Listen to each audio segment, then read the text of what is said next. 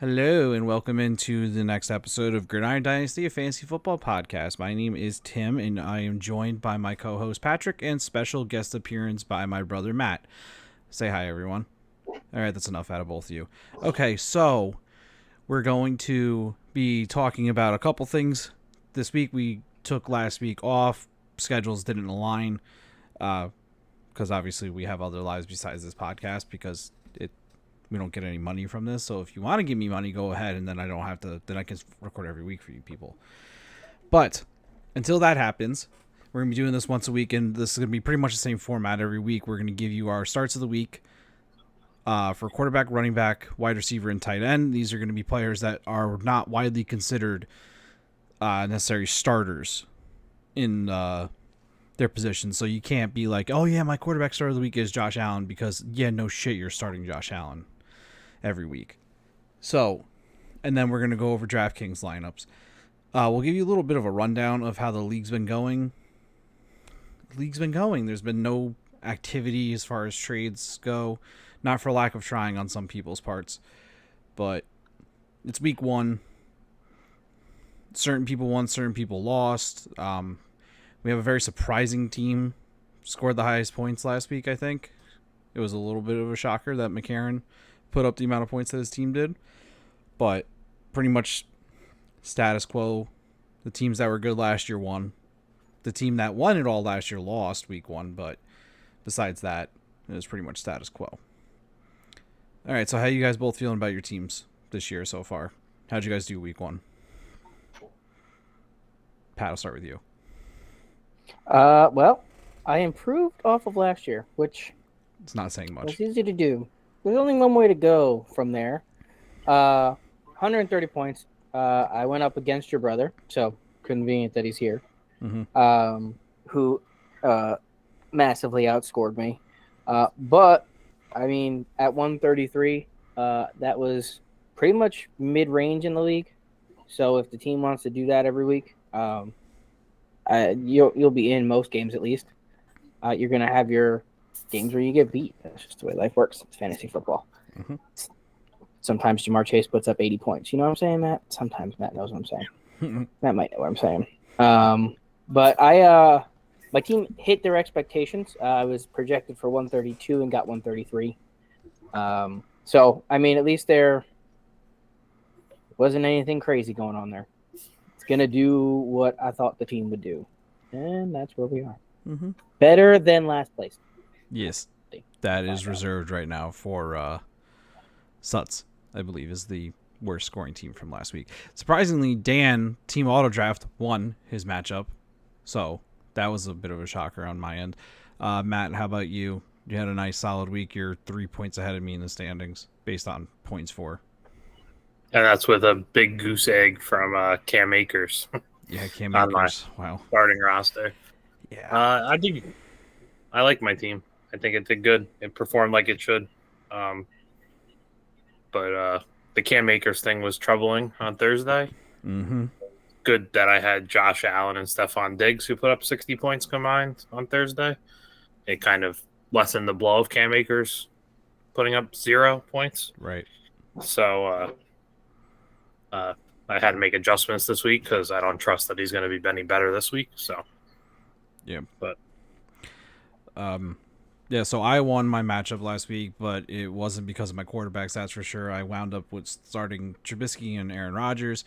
Combined, put up 18 points between the two of them, pretty much. But my week was very heavily carried by my wide receivers, Justin Jefferson and Cooper Kupp, who put up 70 points between the two of them. So that's how my team is designed. It's built around my wide receiver core. My wide receiver core took a hit with Dak Prescott getting hurt. So CeeDee Lamb's not going to be nearly as good as he should be, but he still should be wide receivers 3 range for the rest of the season, I think, which fits my roster. But I like my team. I think my team's structured good to compete and be there in the end. So let's move on to our starts of the week. So reached out to both of these fine gentlemen, asking them for their starts of the week, like I said. So we'll go position by position. We won't go fully for each person. We'll start at the quarterback position. Matt, who do you have for your start of the week at quarterback? Carson Wentz of the Washington Commanders. Okay. Why do you have him? So he has. I gotta pull it up. Got myself a little cheat sheet here, so I was prepared. I'm proud of you. And then wasn't prepared to pull it up. So hold on. See what happens when you skip over me and go to someone else. They're not ready. I got to It's not keep you ready. guys on your toes. God Yeah. damn camera. I need a new camera. Matt, I know what I want for Christmas this year. Yeah. Okay. Look at how blurry I am. This is. Oh, there we go. Hi. So he had a good week last week. He did his typical Carson Wentz issues of, throwing interceptions and turning the ball over. I'll But, have that. he has a juicy matchup this week because Detroit couldn't stop anything on Philadelphia's offense. So, I like him out of all the available quarterbacks out there that if you need to plug and play somebody because you had a Dak Prescott get hurt, I like Carson Wentz this week.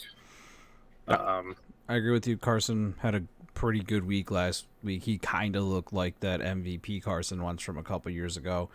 The only thing I do like his matchup against Detroit. The one thing that the Detroit Lions did do well last week was they kept the wide receivers out of the end zone. All the touchdowns for Philadelphia came on the ground, but that's more or less based on Philadelphia's offense more than I think a comment on the Detroit Lions defense. But surprisingly, the Lions are favored in that game. And if that has any effect on the game script, that means that the Commanders should be throwing the ball more because they would then be theoretically behind in that instance. So that bodes well for Carson's stats. Plus, they're finally using Antonio Gibson and how they should have been using him all along. Thank God. Pat, you guys know how I feel about Antonio Gibson. He should have been a receiving back from the get-go. And he had, 9 targets last week, 7 catches, and they were nice catches, too. No, It only took them to draft his replacement for him to finally get used the right way. And then for That's his all it replacements took. to get shot. For And him to then- get right okay, usage. I don't get it. But, all right, Pat, moving on to you now. My QB is Baker Mayfield. Oh.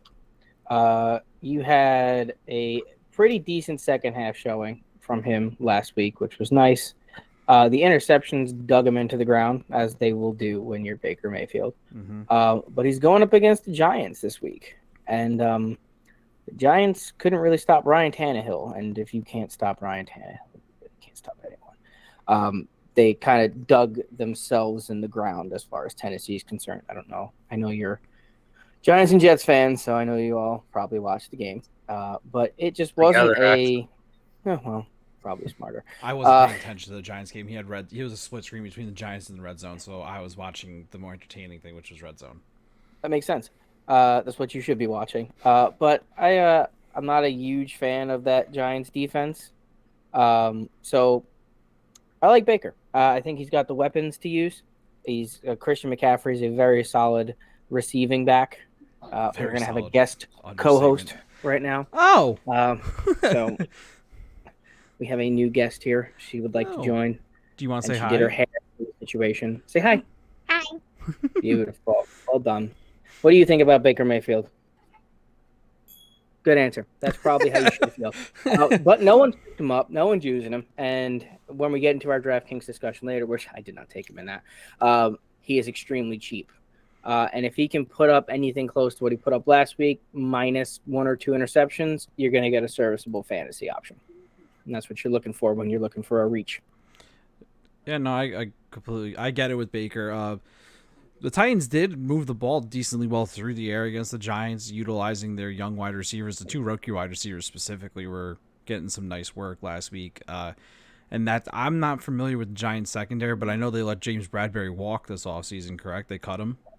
They cut him. Yeah, he was their number 1 corner, if I'm not mistaken. So did you guys draft a corner, sign a corner? Or you did. You signed, what's his face? Right? Or did you sign someone last year? Adoree Jackson last year from the Titans. Yes. Okay. Yeah, their secondary is young. Yeah, no, like the other secondary in New York, they're both young and have stuff to want to prove. Wink's going to get them to play, that whole defense. They hunkered down in the second half last week. They needed a half to get going, is really what took them. The pass rush will get better, too, once Kayvon and Lugieri, or however you say his last name, plays, which could be this weekend. But I am a Giants fan, but I'm not down on their defense. Their defense looked more promising than it had in the past. Yep. I look at Baker a little bit more mobile than Ryan Tannehill. Maybe not downhill running wise, but in the pocket, scrambling behind the line of scrimmage, he's got more ability to escape. And then if you look at DJ Moore and Robbie Anderson, I think that comes over any combination. I mean, Hilliard scored 2 touchdowns.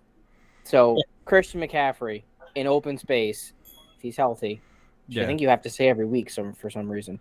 I think there's a lot of opportunity there, and that was what is he ranked QB 25 right now? So I mean, you're in a reach situation. You lost Dak. Everyone else drafted 2 quarterbacks. Who's sitting on the waiver wire? Probably Baker Mayfield. Right. No, absolutely. I agree. He's a good play. I'm not as down on the defense as other people, but I'm also biased.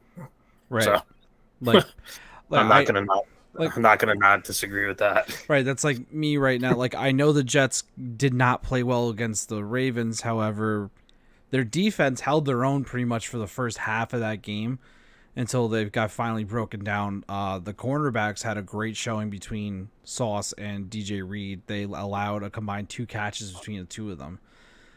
The 3 touchdowns that were scored, 2 by Duvernay, 1 by Rashad Bateman, weren't against them. They were zone coverage, so it was a different man covering them. But yeah, that's neither here nor there. But the Giants and the Jets' young defenses do have a little bit of promise look to them. So, and that's how it was back in the early 2000s to early 2010s with those 2 teams. All right, my quarterback start of the week is Derek Carr. Derek Carr was probably drafted as a QB2 for some teams, but there are some leagues where he will be on the waiver wire. I like him because he's going up against one of the worst defenses of football, and they showed that last week in the Arizona Cardinals. They have absolutely 0 pass rush. J.J. Watt's hurt. Chandler Jones is not there anymore. And I know it's Patrick Mahomes, but Patrick Mahomes and his hodgepodge of wide receivers absolutely torched them. Travis Kelce had a huge game. I expect Darren Waller to have a big game. Devontae Adams got targeted on 49% of Derek Carr's passes last week, which is absurd, but I don't see a cornerback on Arizona keeping up with Devontae Adams. There's no shot. And then you got Hunter Renfrow, one of the better route runners in football. I think Derek Carr's a smash play against the Cardinals. I agree. I have Derek Carr as my starter in 2 of my fantasy leagues. Like my actual starter, my QB1 on my team. So he's my QB1 in this league. Yeah. So that was better than the first guy you were gonna pick, but still a stretch that he's Aaron Rodgers, a big sleeper. So you gotta be big careful. Sleeper, Aaron Rodgers. Aaron Rodgers was apparently asleep. So he was he's like QB 30. Like, why would you even start? Yeah, he's Aaron like Rodgers QB 14. Drop him. Yeah. That's what I say. All right, so we're gonna move on to running back now. I'll start us off. I got Devin Singletary of the Buffalo Bills. He looked really good at the end of the year last year, getting all the work at the end of the year. And then there was some talk in the offseason about Zach Moss getting some run. They drafted James Cook in the 3rd round, I believe. And then they went up against a pretty good run defense week 1, I'd say, in the LA Rams. And Singletary still looked good. He still had a good game on the ground. He didn't get in the end zone, which is what he needs to do. And with Josh Allen on your team, is kind of hard to get in the end zone and the red zone. But he was on the field for 59% of the running back snaps, which is good. He led the team, and then it was split between Zach Moss and James Cook after that. So he was still clearly the number 1 on that team. The other 2 running backs fumbled also, and you know how coaches feel about fumbling. Zach Moss fumbled, James Cook fumbled. And they're going up against the Titans, who got absolutely destroyed by Saquon Barkley last week. Saquon Barkley had, 160 yards on the ground? 164 yards on the ground. And I think all three of us can agree that the Buffalo Bills offense in a general consensus is a better offense than the New York Giants. So they should be able to move the ball. Real life. They should be able to move the ball easier against that defense. So I think it's going to open up a lot of running lanes for Singletary. Do I think Singletary is going to put up 30 points this week? No. Do I think he could put up 15, maybe get towards 20? Absolutely. So that's why I like Devin Singletary this week, and he's being looked at as like an RB 28, like outside of top 24 RBs. So I just think it's a good play for him. I think they're just going to go with the hot hand in Buffalo. So James Cook didn't touch the ball again after he fumbled. Mm-hmm. He had one carry, he fumbled, they didn't touch the ball. Zach Moss fumbled on the last offensive play that Buffalo had in that game. So if their thing is we're not going to give the ball back to somebody who's fumbling, then yeah, Devin Singletary is a good play. But their best rusher on that team is the guy that gets the ball from the center every play. So I think it's a kind of a shooting fish in a barrel type thing when it comes to which one of those three is going to play and get the ball. I still think that Singletary is going to get he's going to get the lead. He's going to get the start for them, so I think that makes him a valuable play. He had 8 carries, Moss had 6, and Cook had 1. So he had 50% of the carries. Which is what you're looking for in a 3-headed backfield. If you're getting 50% of the carries in 3 RB system, that's a good look for you. Yeah, no, I agree. He's going to get the ball. I think he's more of a DFS play than he is even a flex play, depending on the league that you're in. Obviously, if you're stacked up with 3 wide receivers and 2 flex plays, he probably fits in there. Mm-hmm. But I've watched games where Buffalo is blowing people out by 30, and they're still launching the ball downfield to Stephon Diggs. They're not that team that settles for running the ball and plays that way. And until I see them change that throws out garbage time. And I think whenever you throw out garbage time, it's very sketchy to throw a running back on a team into a starting fantasy lineup. Running backs love garbage time. That is where they thrive. It's where they get all their things from. Whether you're winning or losing, they're either that check down person. We all remember Chris Thompson, who played for 4 minutes a game. They were the last 2 minutes of the game, and he got 7 catches. In each of them, and he put up 25 fantasy points just because he was on the field for 4 minutes. Buffalo doesn't do that. A, they don't fall down that far, and B, they don't run the ball when they get ahead for some reason. I don't know why. I honestly don't. But I like Singletary as a DFS play, depending on where that value is. Again, I didn't look at it. I believe he's 5,100. I mean, that's pretty good for a running back who's going to probably touch the ball 8 to 10 times. I think that would be a pretty solid floor off of where he is. I think that'll do DFS wise. I just don't know. I think I'm still benching him in a season long fantasy football lineup, depending on the layout of your lineup. Okay. Well, Pat, keep it moving. Since you were talking, who's yours? Mine is Damian Harris. I know it sounds weird. Pittsburgh's got a great defense. Pittsburgh does okay against the run. Losing TJ Watt is going to kind of knock down that front four.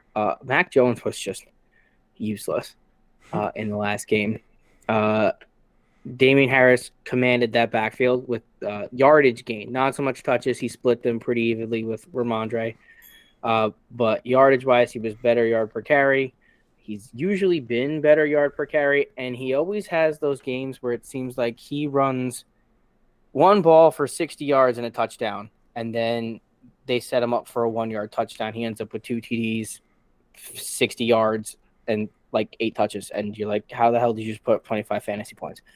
And for me, that strikes me as a game that he's going to do. And the reason for that is he's not starting in my lineup. And I think every time I don't start him in my lineup, he does that. So I'm going to pretty solidly bench him still because of my running back situation with Antonio Gibson taking off.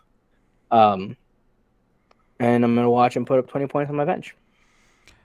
Yeah, no, I think Harris and Stevenson get a bump up this week because Ty Montgomery went on the IR.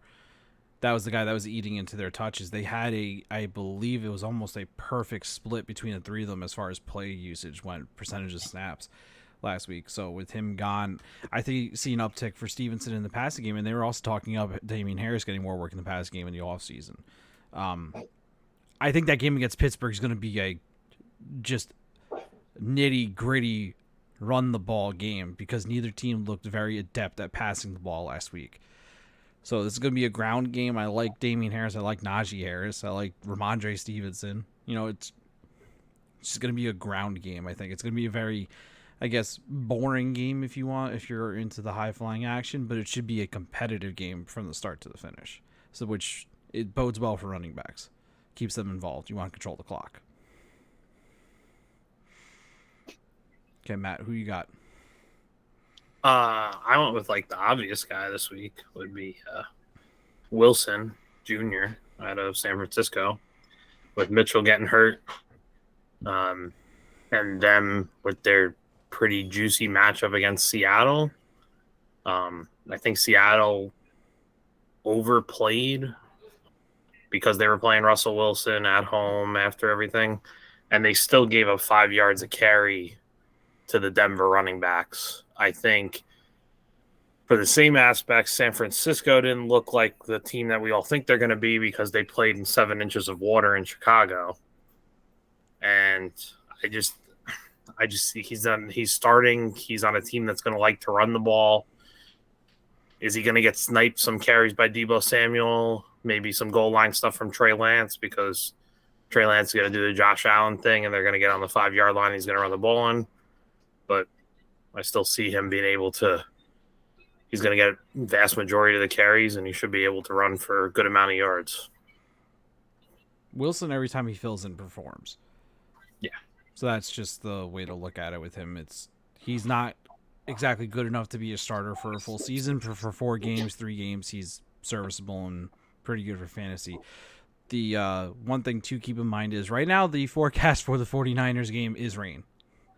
Not 7 inches. Not as much rain, but it's not. But it's also not supposed to be a drizzle. It's supposed to be a steady, consistent rain in San Francisco. So as long as it's not what they had in Chicago last week, it should be more of a ground-oriented game. Yeah, they did play in the pool. It looked like it was raining played in the pool. Yeah, it looked like they were pumping water through the grass. Crazy. So as long as it's not that, I agree. So when it rains, teams just like to lean on the run.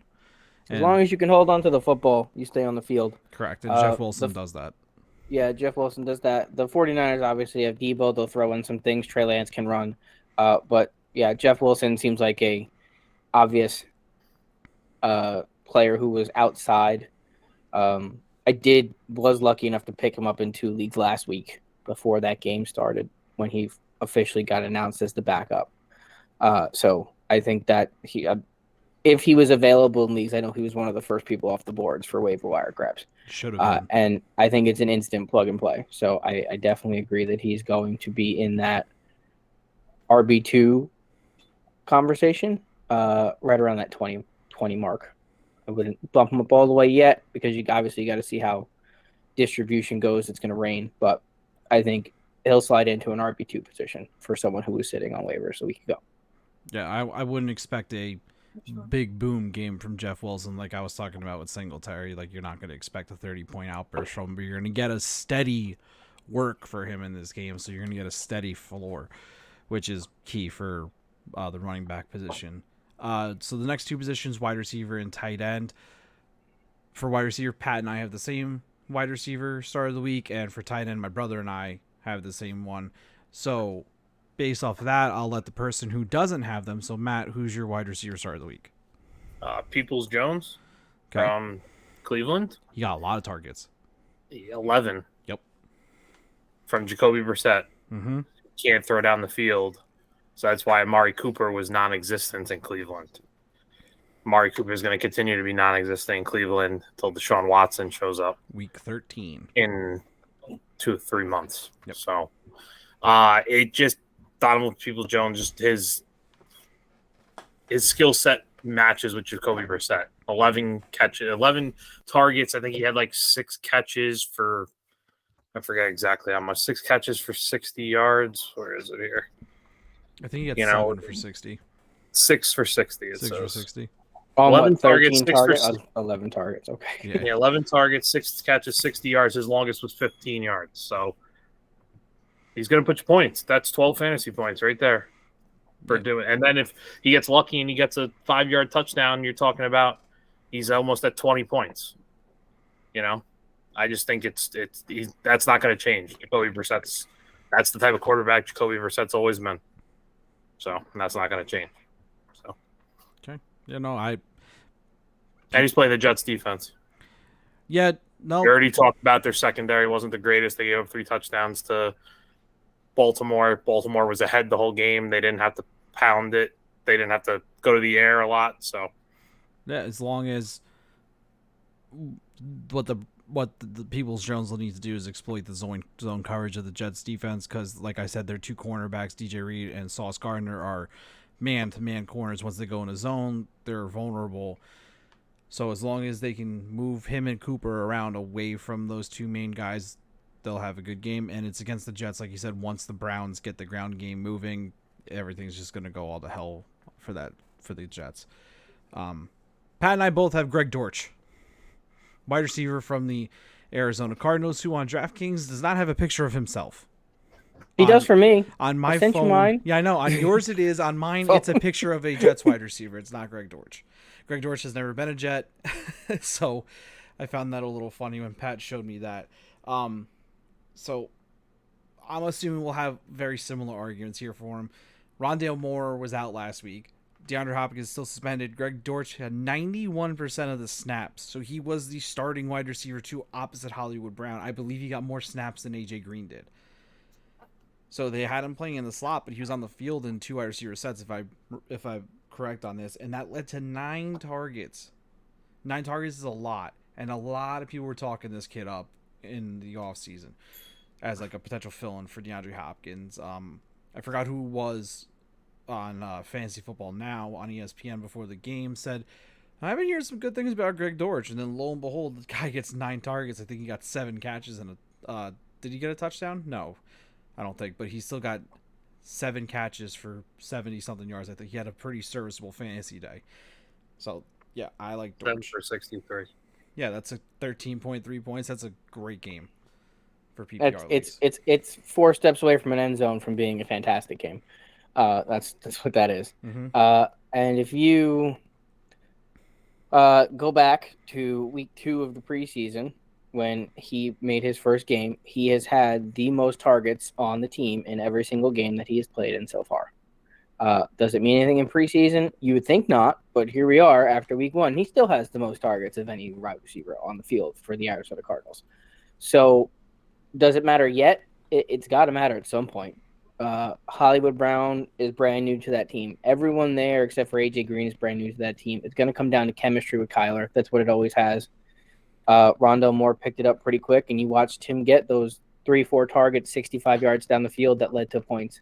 So if Kyler, who is usually running around without looking downfield because he's scared for his life and needs to be. He also can't see downfield. He's too short. Yeah, and that he's just got to feel where he's throwing the ball. And whichever wide receiver he's feeling that day is where the ball's going.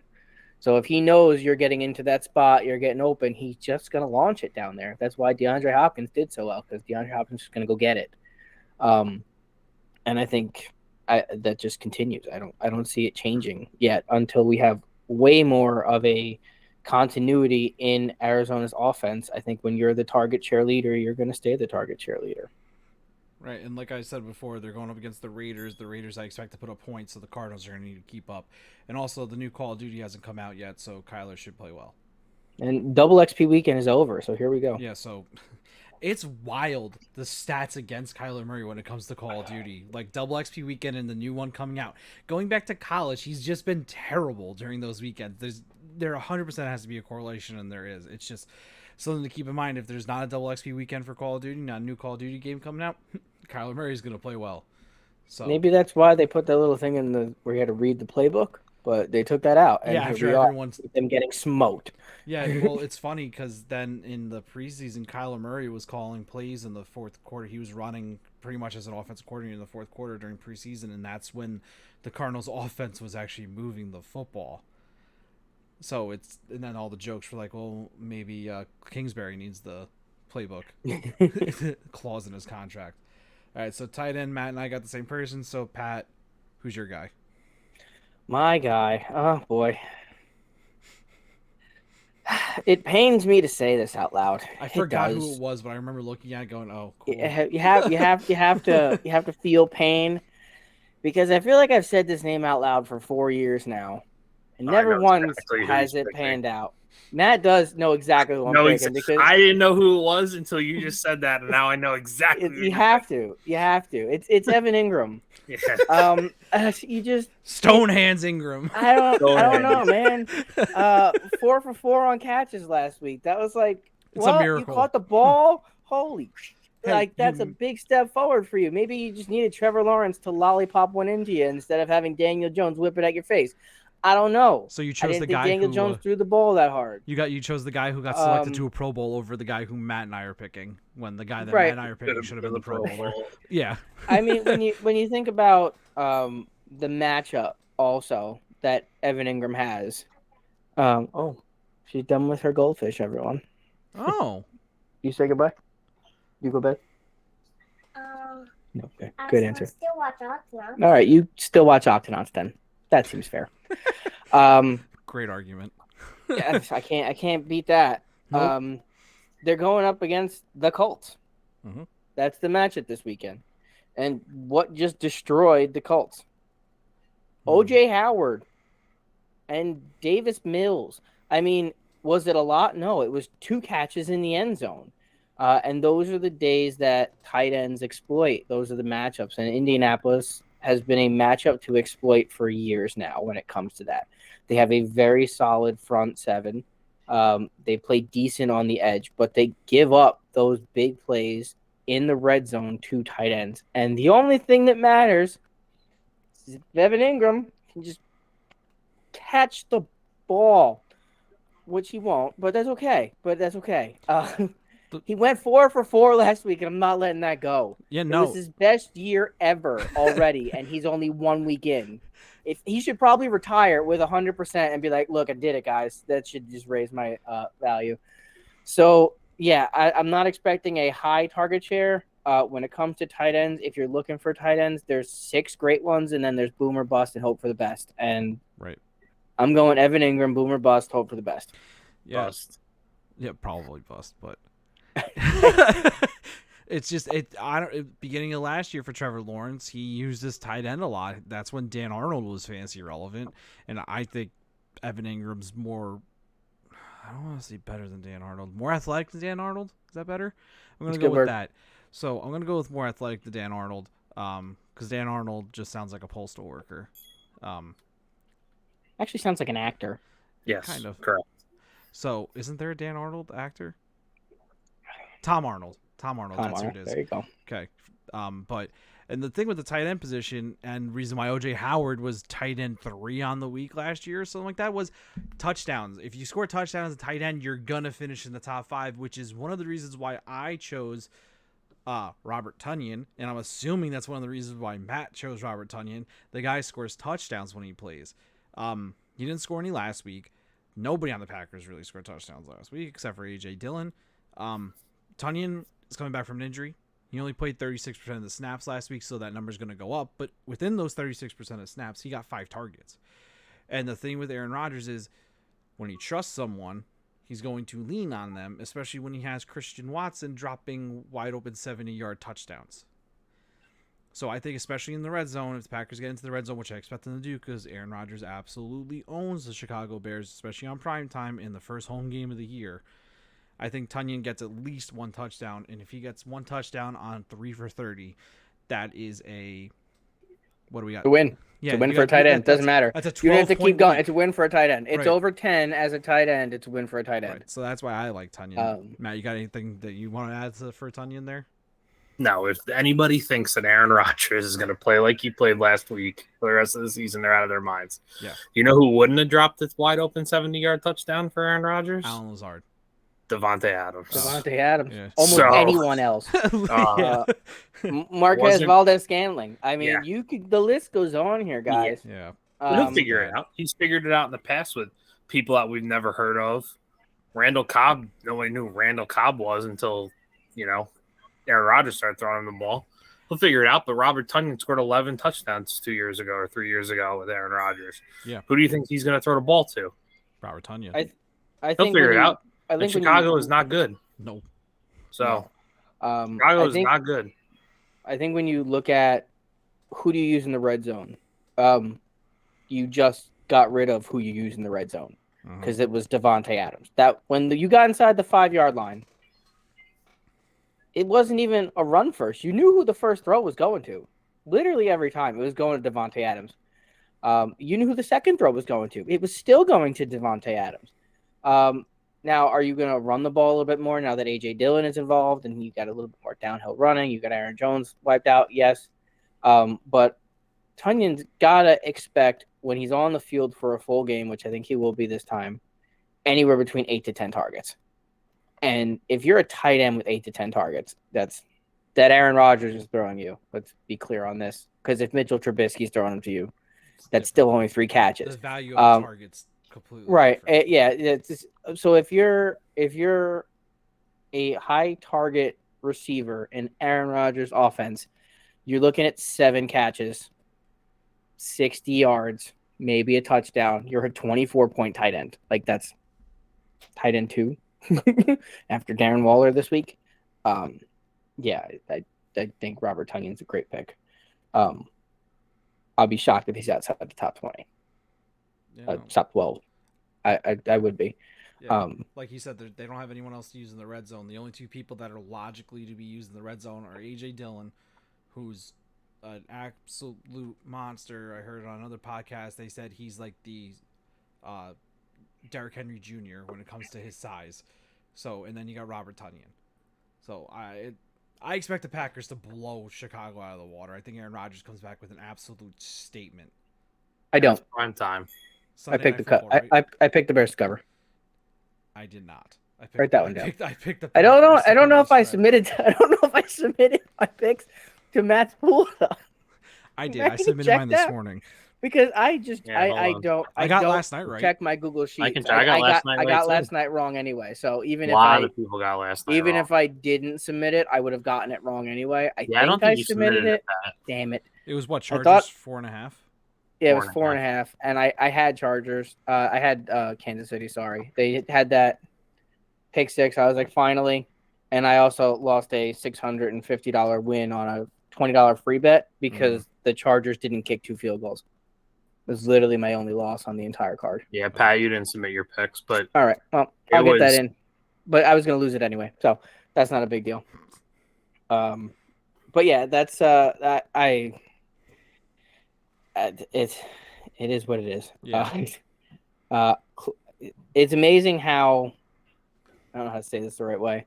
Patrick Mahomes takes a completely different group of scrubs and throws together 2 back-to-back fantastic performances, and we'll see what Aaron Rodgers does this week. But just the way they struggled last week, it was a little strange for me. But the week 1 of the NFL season is always a crapshoot. Right. he struggled like this last year, Always. week 1, though. Against Always. New Orleans.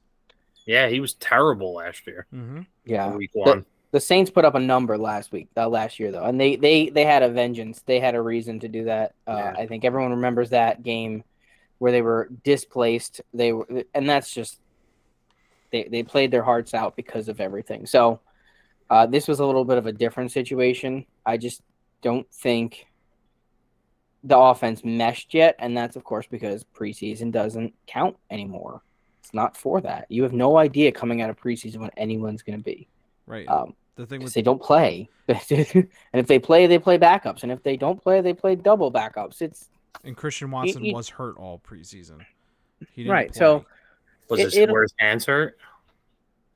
it'll be a Where's fun Haynes? turnaround. Yeah, where his hands hurt. No, the thing with Christian Watson was coming into the league. The thing that one of the knocks he had on him was that he dropped the ball, and that was why he slipped to Green Bay in the second round. They took Christian Watson after everyone was begging them to take a wide receiver in the first. They got Christian Watson in the second. Could you imagine if they got George Pickens though?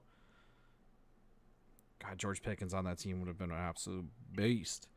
But yeah, so we'll move on to the final segment of today's episode, which we're going to go over our DraftKings lineups for the week. Normally, we would take our teams and put them into our own little DraftKings pool, which my brother and I are in, but Pat currently cannot participate. I have it. It's fixed. Oh, it's fixed. I fixed it. Okay, I'll send you the invite to it. Fun fact, if you try to create a new account and put all your information in, they know you have an existing one, and then they let you change your password. How nice of them. Oh. So all I had to do was pretend I wanted a new account, and they finally let me back into my old one. Oh, okay. Because Pat was getting a little panicky that he couldn't play DraftKings. Pat was getting very annoyed that he couldn't play DraftKings. Right. Although, granted, he would have gotten smoked the first 2 weeks, so he's not mad anymore. Right. Would have gotten absolutely wrecked in the Rams game. That would have been fun. Yeah. So Cam Akers is going to do okay. So what we do is we put him into a DraftKings pool, winner take all. And we're just going to go over our lineups for that. My lineup had a change recently, and I'll go over that when Pat pulls up the screen. Should be up there. It's working on it. It should be up. Okay, so the two changes that I had on my team were at quarterback and at my wide receiver 2. So originally I had Trey Lance, but then with the weather forecast looking like rain, I decided to not use that for my Trey Lance DFS pick. So I went with Derek Carr my start of the week. And then wide receiver 2, Michael Pittman was originally there, but he was limited Wednesday and then didn't practice Thursday, and I don't know what the injury report came out. I think he's officially questionable, but if you go from limited to not practicing, that's the wrong way to go. So I took him out just to be safe there. And then also I did change my flex from Tyler Boyd to Naeem Hines now that it looks like T. Higgins is going to play. If T. Higgins wasn't going to play, Tyler Boyd was going to be my wide receiver start of the week and my flex play. But most of the people on that list we've already touched on. The only person that we haven't are Cooper Kupp and Marquise Brown and Naeem Hines. Cooper Kupp is Cooper Kupp. I don't need to explain him. Marquise Brown, again, going back to that Raiders-Cardinals game, they're going to be from behind. I do have 2 Cardinals wide receivers in my lineup, which is fine. I think that they're both going to be the main beneficiaries from this game. And Naeem Hines, if Michael Pittman's out, Matt Ryan's got to throw the ball to someone. And I think it's going to be Naeem Hines and Jonathan Taylor are going to be 2 of the main beneficiaries, considering that Alec Pierce is also out. So, and then the Patriots everyone's defense. Out. And then the Patriots defense going up against the Steelers. The one thing that you can say about Mitchell Trubisky is that he is consistently inconsistent. So he played well-ish last week. I don't expect him to play well again this week. So that's just his MO. Yeah, you had a good week. Now you're going to play like doo-doo. So again, like I said, I don't think it's going to be a high-scoring game this game. So defense, and they're pretty cheap, which allowed me to spend up on like someone like Cooper Kupp. So, now granted, this is all fun because we get to compete against each other. So what we say in this is just for fun because we're going up against each other with these lineups. That's our deal. We submit our lineups, and the only time we'll change them after tonight is if there is an injury. We do allow subs out for that. But other than that, whatever lineup we put out here in front of everyone is the lineup we go with. Injury or COVID, we do allow substitutions. But outside of that, this is who we're going with. 2 Cardinals wide receivers is a ballsy move. That was what I looked at. Now, granted, the first time I looked at your lineup, I thought you had a Jets wide receiver. I didn't look at the names. I think 2 Cardinals is better than putting a Jet out there, Pat. Okay. I don't know. It's this. They're playing the Panthers. So, no, they're playing the Browns. Who are they playing? The Browns. Browns. They're playing the Browns. So I mean, Joe Flacco's still the quarterback. We threw the ball 59 times. His arm's probably falling off. Come on, Michael Carter could be quarterback. A Jets wide receiver will have at least 4 catches for 50 yards. But I do question the 2 Cardinals wide receivers. Now, the reason I do that is because I watched the game that Vegas played against the Chargers. And that may be week 1 coming at you. It always happens like that. But they just didn't support wide receivers that way with Herbert throwing the ball. Kyler is a different quarterback, shorter quarterback, and he'll sling the ball downfield. I'll be honest with you. I see a giant Marquise Brown ball through the hands at the 5-yard line for a gimme touchdown, and he ends up with 8 points. I just do.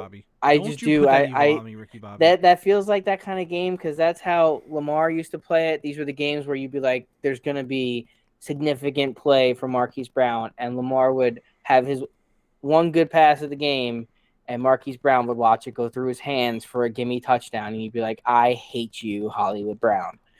And then the very next game, Hollywood Brown would have 29 catches, 7 touchdowns, and a field goal for some reason. And you'd be like, this is outrageous. Why couldn't you do that last week when I had you on sale? And that was... I get it. Believe me, I get it. I don't like putting 2 Cardinals in my lineup, but here's the way I looked at it, right? I have a floor with Cooper Kupp. I know what I'm going to get for Cooper Kupp because it's Cooper Kupp. And believe it or not, I kind of think I have a floor with Greg Dortch right now. After getting 9 targets last week. If he gets another 7 for 63 shit, he gets me another 5 for 50. I get 10 points out of him for $3,500. I'm not going to beat that for a $3,500 player. So then you put someone like Marquise Brown who has that I can catch the ball and take it 85 yards for a touchdown. I need everybody else on my team is a floor play. I needed a ceiling play, which was Marquise Brown. At the price point. There wasn't really anyone else around that price point that I liked as a ceiling play.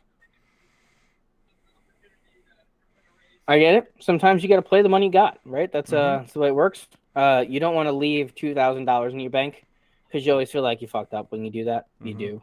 I know. I looked at my lineup earlier and almost did that and couldn't to myself. I had to change my lineup because I was like, I'm leaving too much money in the bank. There's no way this lineup wins, which will probably not be the accurate case. But that's besides the point. It's a matter of I have this money. Here's my price point. Who am I going to grab? So, I mean, again, I don't know who's in that price range because I threw my lineup together after I managed to fix my DraftKings in about 10 minutes. So, I just don't know about 2 Cardinals. I think they have the offense to support them if James Conner doesn't touch the ball. I think James Conner touches the ball pretty significantly. And I think that knocks down one of them. I don't know which one it knocks down, to be honest with you. Marquise Brown could easily put up that 7-catch, 120-yard, 2-touchdown game. And Greg Dortch could do nothing. But I've seen the targets go Dortch's way. And like I said earlier, until that changes, I'm sticking with it. Matt, if you have anything to say about his lineup, hit me. Oh, Tim's got to come back first. Hold on. No. I have a question about your lineup when we get to it. Well, Matt, hit it. Oh, I'll go over who that flex player is. Don't you worry. Okay, thank you. Don't you worry. I got you. Stop Googling him. I'll figure it out for you. I'm not. I'm stress balling. All right, perfect. Hey, wait, two Cardinals. Shit. Damn it. Fuck. This is how I broke that penguin. I broke the other one. This is my last one. I broke 2 in this one recording.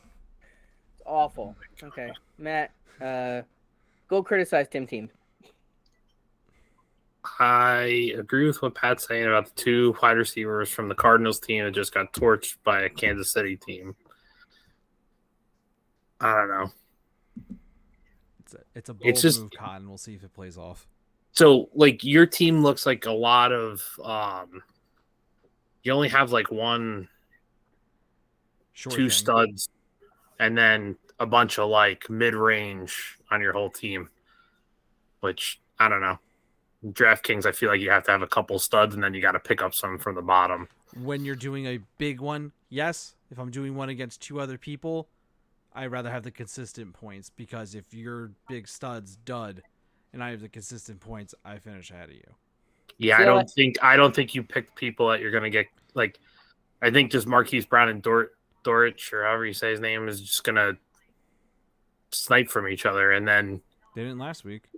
literally Pat went over why Damian Harris is the better play than Ramondre Stevenson earlier. Well, I think Ramondre Stevenson gets more of the pass work. Yeah, I think he's looking at passing game. And I again, that's so if I'm looking at Tim's lineup, and I agree with you on this point, Matt. I don't know what Ramondre's going to get just because Montgomery's out. I think I spend a little bit extra on the running back situation, and I take a little bit off of that Marquise Brown situation. I think maybe I look for the running back I want at 6,000, and then I throw that money that's left over, and then I look at where I'm sitting with my wide receivers after that. I think I definitely agree with you on that. I do think Ramondre will get some touches out of the backfield. Don't get me wrong. I think he will be involved in more passing. But I think Pittsburgh shuts that down. They didn't last week. Joe Mixon had 7 catches. Right, but look who you're playing. No, I understand that. You're playing Cincy, you have to cover 4 wide receivers, a tight end, a quarterback, and a running back. When you're playing the Patriots, you have to cover the dude coming out of the backfield and the ground that Mac Jones has thrown the ball to. So the Steelers arguably the best one of the best defensive players in football is out for Pittsburgh too. TJ Watt's out. TJ Watt's out, but I think when your name is Watt, your team kind of gets used to you being out, so they plan around that at some point. Sorry, no offense to all them who are probably sitting at home and watching this because they're not practicing this week. Yo, if you guys are close to sponsorship, please. Also, sorry again if you're actually watching this. No, I'm not sorry. Just sponsor us, please. I know that too. I like the Patriots' defensive play, and I hate the Patriots' defensive play. Yeah. Bill Belichick does a great job of shutting down things. So here's your question: he's going to shut down Najee Harris. Mm-hmm. It's going to be the thing he's going to want to shut down. So you're putting the ball in Mitch Trubisky's hands. And then you have Deontay Johnson, Chase Claypool, George Pickens, and Pat Freiermuth. That's a little scary. I thought about if Mitch Trubisky can complete a pass further than 10 yards twice, you're in a little bit of that scary range of where now they're opening up the field, they're getting into that situation. Do the Patriots have enough to shut everyone down? I don't think so. That defense is not what that defense used to be. But it's a bargain play at $2,900 for Mitch Trubisky. That's ridiculous. You should be more expensive than that when you get Mitch Trubisky lined up against you, because odds are he's going to hand you the ball 3 times. Which is why I agree so with them. that's 6 points. Those are not nothing. That's 6 free points that Mitch Trubisky is probably going to give you at some point. Deontay Johnson's going to drop a ball or two in the position that he shouldn't. So the opportunity is there for that defense, and I love that price point. I do. And as you see on my team, I went right up against you because, as we discussed before, I think the game's going to be a big crapshoot. I don't think, despite the names on the offense, it's who commands the offenses. It's Mac Jones and Mitch Trubisky. That doesn't scare me. Maybe it should, but we're not in college anymore, and now it doesn't scare me anymore. Mac Jones didn't even scare me in college. Mac Jones scared me in college. Well, that's because I won't lie to you. Well, no, Alabama scared me in college, and Mac Jones knew how to find the open receiver, find a spot, and he had the time to do it. He was going to beat you. He didn't have to beat you hard. He was going to beat you. And that was that.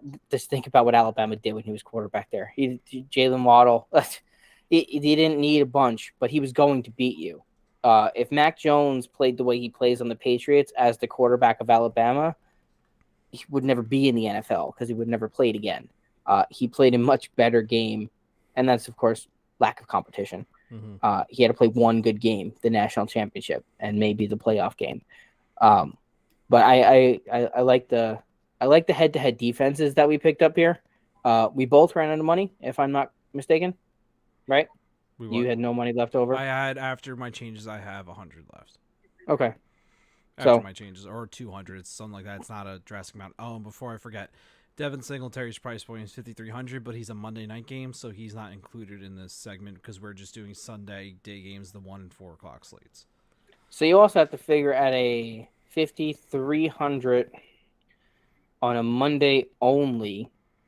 It would probably be in the 5,000 range. I think he would go down in value when he's mixed into a whole bunch of running backs, if I'm not mistaken. I don't think he'd go up in value, right? I think he would go back down to like what I said, 5,100. I don't think he'd drop below 5. He's still a starting running back. He's not going to go below 5. Okay, but yeah, so that's value again. Mm-hmm. So what we were discussing on before. Now, granted, you obviously now can't use him in a DFS for this, but you can use him in a Monday night DFS. Don't put him as your captain, and I'll say that way he scores 85 points for you. But don't do that. Throw him in as your supplementary player. Matt, do you want to go or do you want me to go? You can go. Singletary is 5,500 for every game if you did all the games on DraftKings. Value? It's 5,500 if you do all the games, all 15 games. He's 5,500. Interesting for me, but that's okay. Yep. DraftKings has their thing. I'm sure they know what they're doing in there somewhere. I'm sure other players. What's Cooper Kupp if you do all 15 games? I think he's close to 10. 99. Yeah. So he said the same price. Okay, yeah. So interesting. But of course he's Cooper Kupp. So let's be honest here. Matt, for your pick'em, where do the spreads come from? Is that DraftKings or is it Caesars? CBS. I use a website that has all of them, and then I take the average. Oh, okay. I have a website that it lists everybody. I'll have DraftKings, Caesars, whoever has lines on them, and I just kind of like look at it, and if they're all about the same, I use the same one. Okay. They're never that far off. No, I didn't think they would be. Half a point off, maybe. Okay. All right, so I'll run through it. Should be pretty simple. We've talked about most of them as we usually do. Carson Wentz, Matt, you made a great point. Played a great first week. Has a great secondary matchup. Still cheap because he's still coming off of 3 very bad years. So he hasn't built up that value yet. Antonio Gibson is getting the ball out of the backfield in the air. Curtis Samuel's making plays. Scary Terry making catches. There's nothing that's really ground and pound when it comes to the Commanders, and there's nothing that makes me think that someone's going to ground and pound against the Detroit Lions, especially when you get underdogged for the first time in 3 years. I think that's got to eat you, right? If you're the Washington Commanders and you just won your first game against Jacksonville, granted, but you're a pretty good team, and you got Ron Rivera sitting there, and you go, hey, we're the team that they decided Detroit was finally going to fucking beat. Hell no. That's billboard material. That spread's going up on there, and that ain't happening. So I expect a big game from Washington. But I think Carson Wentz as an underdog, that's going to take some pressure off of him, and the biggest thing we always talked about is Carson Wentz does not perform under pressure. Here's some pressure for you. They think you're going to lose to Detroit. Yeah. That's how bad they think you are. What do? You lose to Detroit? All right, they were right. But, oh well. You don't have that lofty expectation of beating Detroit anymore. I don't understand how the Washington Commanders are underdogged. Maybe I'll be proved wrong on today. Because Detroit's at home. I don't give a shit who's at home. That's Detroit why. hasn't won at home in 13 years. They give the home team 3 points when they're at home. 3 points. So so they technically think Washington is going to win, but they have to give Detroit 3 points. Yeah. So Detroit. I just think that's billboard material. If I'm saying anything, and I almost stacked it up. I almost put Carson Wentz and Antonio Gibson in here, but it did not make the rest of the lineup work. So in a lot of my other lineups, DraftKings wise, they are double stacked, and Antonio Gibson's in there, and we've already discussed the fact that I think Antonio Gibson's a good play this week. I think the Commanders put up 30 plus, and I think Carson Wentz is a big part of that. Saquon Barkley looked like Saquon Barkley. Yeah, he did. That's all I gotta say. And I don't like Saquon Barkley. Y'all know that. He looked like Saquon of old. Y'all know that, but he looked like Saquon from Penn State. And if Saquon Barkley can look like Saquon from Penn State, every defense is in trouble. Javonte Williams. Led 10 targets? What led did he have? He had he something led the outrageous. he led the He had running something backs. outrageous. It's funny that he was after Monday night he was leading the he leads the running backs in targets.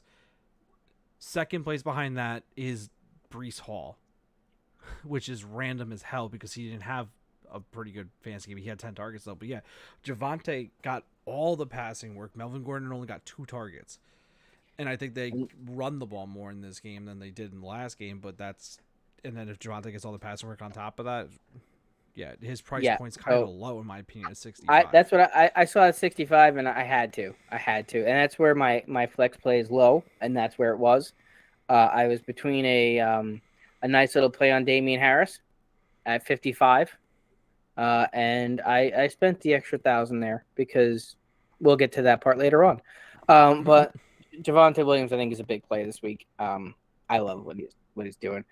Cooper Kupp, I don't need to. We went over that. We don't need to go over that. Same thing with the next guy. It's Cooper Kupp. Jamar Chase, and I actually think this one's funny. He's going back and forth with Trayvon Diggs right now because that's who's going to be sticking a man-to-man. And Trayvon Diggs makes his plays, and Trayvon Diggs gets burned. Trayvon Diggs is overrated. And when you get that matchup, you want it. And when Joe Burrow gets that matchup for Jamar Chase, he's going to want it. So the defensive prerogative you're looking at, you're like, it's still going up against Diggs. It's going up against a defense that you don't really get to exploit. And I think that's what kept the value at 8,000 instead of like 8.5. And I will happily take 8,000 for Jamar Chase. I think that's a steal. I think he belongs up higher, and I will take that. And for anyone that's out there saying, well, Jamar Chase is a big play guy, he had 16 targets last week. That's a career high for him. He's not going to just be a big play guy anymore. If T. Higgins is out too, expect more targets going towards if Jamar T. Chase. Higgins is even limited based off of his work portfolio during practice. I couldn't say no at 8,000. Greg Dortch, we've talked him into the ground. I'm not going to do it again. A lot of targets. Here we go. Evan Ingram, you already heard me hear my spiel. Catch 2, catch 4, catch a touchdown, dude. That's it. Kylan Granson. Look, I'm Evan Ingram. Here we go. Oh, well, hopefully he has a better stress ball than you do. Kylan Granson is the second tight end for the Indianapolis Colts. And for those of you who don't know what that means, normally it would mean nothing. But last week he got 7 targets. And this week, the entire Indianapolis Colts team is questionable. And this week, the Indianapolis Colts get to play who? Does anyone know? Jacksonville. Asking for the fans out there, Jacksonville. Does anyone remember who Jacksonville played last week?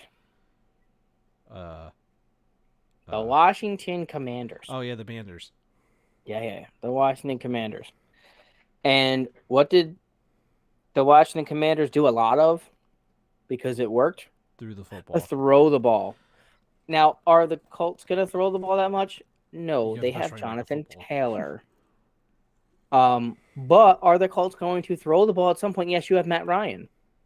So you did pay a quarterback. You did change your quarterback very quickly. You gave up a first-round draft pick to trade your quarterback because you paid a first-round draft pick because you got Carson Wentz, and now you traded him away instantly. So they're like, you were getting a new guy. So do I expect Jonathan Taylor to get 25 carries? Yes. Do I still expect 25 to 30 balls to go in the air? Yes. Who are they going to go to? Michael Pittman's hurt. The entire rest of the team is hurt. I need to keep going. You talked about Nyheim Hines. The reason you talked about Nyheim Hines is because the ball's got to go somewhere. And the ball's going to go somewhere. And for a player who got 7 targets while other players were healthy, I like him even more now that other players are hurt. And he was at 2,600, which meant I could grab Saquon Barkley, Javonte Williams, Cooper Kupp, and Jamar Chase. And I don't put in my I'm playing 2 people lineup into this. I put in my $1 million daily fantasy lineup. So this is that lineup. And that is why I picked him. The Steelers, I think that one's obvious. They have the best defense in football. The Bills may have something to say about that later on in the year. but right now they have the best defense in football. They have a great secondary. They play up on the ball, and I don't think Mac Jones is a threat. $2,800 for a team that put up 28 fantasy points last week. Running backs didn't put up 28 fantasy points last week. So to get the Steelers at 2,800 felt like a no-brainer to me. I actually put them in my lineup third and then picked the rest of my team. Hit me. Thank you for telling me who Kylan Granson was, because no idea. You couldn't find him because no one should be able to. Right. I mean, he got 7 targets. It's good. I think if you get 7 targets again, that's good. If you get more than 6 points out of him, that's a win. At was that 2,600 for him? Yep. That's less than players in every other position because you're not allowed to go below that in any other position. Right. Like, I would love to be able to deep dive into like the percentage of where his targets were, but if I do know it correctly, it probably wasn't a lot in the red zone because that's Mo Alley Cox's territory, because Mo Alley Cox is absolutely ginormous, which makes sense. But if Granson gets you anywhere between 5 to 10 points, that's a absolute win for the price point, considering where all your other points are coming from. And let's factor in Mo Cox, 2 targets last week. Right. That's why I said, like, I need to look into the stats more to see where those targets came, because there is value. I hold red zone targets more valuable than outside the red zone targets for obvious reasons. But depends if you catch all 7 of them. That's the thing too. Yes, that's a thing too. But your lineup's got 1, 2, 3, 4 studs on it, so there's not a lot really else to talk about. Excuse me, Matt. I got nothing. We have 2 same guys. I like Carson Wentz. I think you're nuts about Evan Ingram. He was my favorite guy to boo at Giants games. I miss that he's not on the team this year, so I have to pick somebody else to boo on Sunday. Let's just make a list of players who have, and this is not football. Let's make a list of players who have left New York, and all of a sudden they can play again. Now, granted, the Giants may play in Jersey, but there's a bunch of New Yorkers at the game. Oh, yeah. If you went through major sports over the last 5 years, let's not even worry about anything else. Go over major sports in the last 5 years of players who left New York, and all of a sudden, all right, there's no pressure here in goddamn Jacksonville, Florida. They're all old people. All I got to do is catch this thing? All right. Whatever. There's no one to yell at me if I don't. There was 60,000 people to boo at me if I didn't catch the ball in New York. There's 6. All right, cool.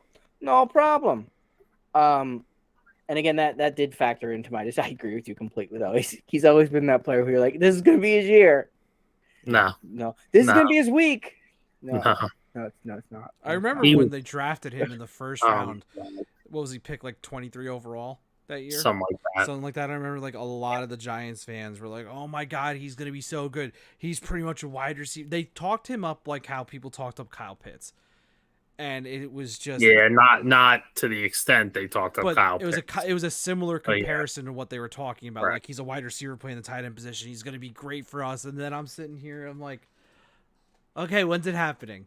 Okay, I get it. Tight ends don't perform the first year. It's year 2. All right, is it going to happen this year? No. Okay, what about year 3? Wait. It didn't even happen week to week. That was the problem. He didn't even have great weeks. Like he still made a Pro Bowl. He didn't even have a serviceable DFS week. How did he that was the worst part over Robert Tonyan? I hate because Giants fans voted him don't in. make the play bowl, and because a bunch of drunk people from New York were like, oh, "Wouldn't it be hilarious to watch the dude drop the ball at the Pro Bowl? He can't even catch the ball in Hawaii." Anywho, Matt, continue. The Giants haven't had a stud tight end since Shockey, and they were able to figure it out for 2 Super Bowls with Kevin Boss and Jake Ballard. Yeah, Jeremy Shockey was a stud for 4 years total, though? whatever. But how many tight ends are more than that now? Travis Kelce, Tony Gonzalez, Antonio Gates. Now he's So saying. you've named two guys Travis that have been Kelce. retired No, for 10 years. Travis Kelce Like, was the one you got. Jason Witten. No, that's still back Jason then. Witten was only a stud because he slept in the same room with Tony Romo on the weekends. It's the Same bed. room. I was gonna say, dude, it's same bed. They're right. Like, come on. That's it. But yeah, so Matt, I'll let you finish up. Give it another knock, and then. Oh no! Other than that, your lineup's pretty solid. It depends on what Carson Wentz shows up, honestly. And quarterback's kind of a big point getter, and Carson Wentz could show like he did last week and throw for 4 touchdowns, or he could throw for 4 interceptions. Like he did that anyway. Or he could do both. He did both last week. It's like that taco commercial. Why not both? Yeah. He's like the new Jameis Winston. Well, speaking of, if you that don't worked know, for Jameis Winston for that entire year.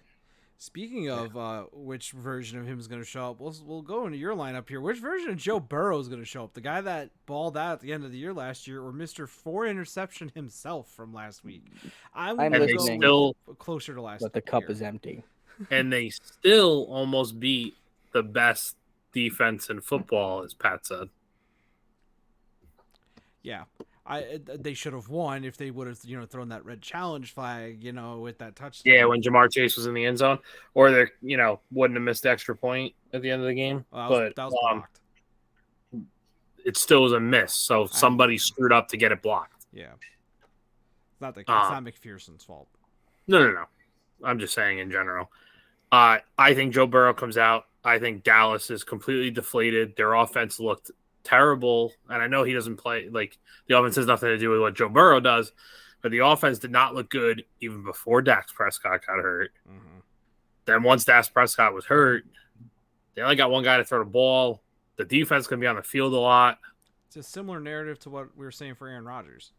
Yes, and you know this, I think Trayvon Diggs might be the most overrated player in the NFL. That dude had 100 interceptions last year, but if he wasn't picking the ball off because somebody got overthrown or he jumped the route, he was getting burned. He's a very aggressive corner. He's a very aggressive corner. And that hasn't changed. It's never going to change. It's just how he's going to play for the rest of his career. It's all or nothing. It worked one year. It's going to work. He's going to try to make it work forever. He'll have 12, 13 interceptions this year, and he'll give up 12, 13 80-yard touchdowns. Now, imagine if Dallas actually had like a cover safety to go behind him so that he could do stuff like that and not worried about getting burned. Could you imagine if they actually, tried doing something like that for their team? Wow, that would be wild, huh? Yeah. Nah, they won't do it. So, I like Joe Burrow. I like Jamar Chase. Jamar Chase looked great last week, even with Joe Burrow not looking like the Joe Burrow that led them to the Super Bowl. If Joe Burrow somehow comes halfway back to what he was, Jamar Chase had, what did you say, 16 targets? I believe it was 16. Like, it's insane. It's a lot. Insane. I have him in multiple fantasy teams. It's, Saquon looked good last week. Mm-hmm. Saquon looked like the dude that was drafted 2nd overall. So, and he's going to be back. He's trying to show that there's been a lot of criticism on Saquon for years now that he can't stay healthy, that he wasn't worth the 2nd pick. He's going to try to show that he's not, that he's not this person that everybody's been saying. And he was elusive last week. So he also has that Aaron Judge effect where he's got that contract year. Yeah, 100%. I was talking to Alex about that. And he's a guy who, when Penn State needed him, when there was whiteout, when Penn State was playing those huge games, and you're Penn State, that used to mean something, he showed up. Mm-hmm. So he's not the Evan Ingram who's going to drop the ball. Nope. Yep. He's the guy who, if he's healthy, he has all the talent in the world. Watch out. If he's healthy, like he's one of the best running backs in football, if not the best running back in football when healthy. Just based off of skill set alone. Who do the Giants play this week? No. Who do the Giants play this week? Carolina. Mm-hmm. Who did Carolina play last week? Nick Chubb and Kareem Hunt, who torched them. And how many rushing yards did Carolina give up last week? A lot. 217 rushing yards. Yeah. And now let me ask you, because I don't know, does that account for receptions out of the backfield, or is that just No, rushing yards? That's straight rushing. Holy moly, that's too many. That's the thing. The Browns cannot move the offense through the air, but they could damn well sure run the ball. And the other thing with the Giants is the fact that Daniel Jones is one of the more mobile quarterbacks in football. It helps Saquon Barkley because then they can run read option plays with him. And if Daniel keeps it on a couple times, it should open up lanes for Saquon even more. I love Saquon Barkley this year. He's got to test free agency, in my opinion. I was talking to Alex about this earlier. He's playing for a contract. I think if he balls out and stays healthy the entire year, he has to hit the market. Now let me counteract that point while we're on it. No, you do not. You play in New York. And while that may not mean anything, I watched game 1 because I had Tennessee in my suicide pool. So I watched game 1. I watched them lose. And I watched the Giants rally to their coach. I watched the fire that they had for the person who's now in charge. When you play in New York, when you're a running back that's been hurt twice, when you see a team that's building towards something, you don't necessarily have to test anything. If you get the right offer from the team that feels right and that you think is going to build towards something, make the move. We've seen enough running backs try to make money out of something and just get burned on it. Saquon, Penn State man, he's close to there. He's close to home. He is where he wants to be, I think. I think he gets the right offer. I think he takes it. Do I think he should field offers? 100%. Maybe just to see how much he's getting versus somewhere else. But do I think that the right offer from the Giants keeps him there? Maybe not the best offer, but the right offer, I think it does. I think personally there's one team that pops into my head immediately. They made a couple signings this offseason at the running back position, but none of them were, I think, significant that would deter them from going after Saquon Barkley, and that's the Miami Dolphins. They'll somehow find a way to spend the money on him. There's the income tax, which is pretty much non-existent down in Florida.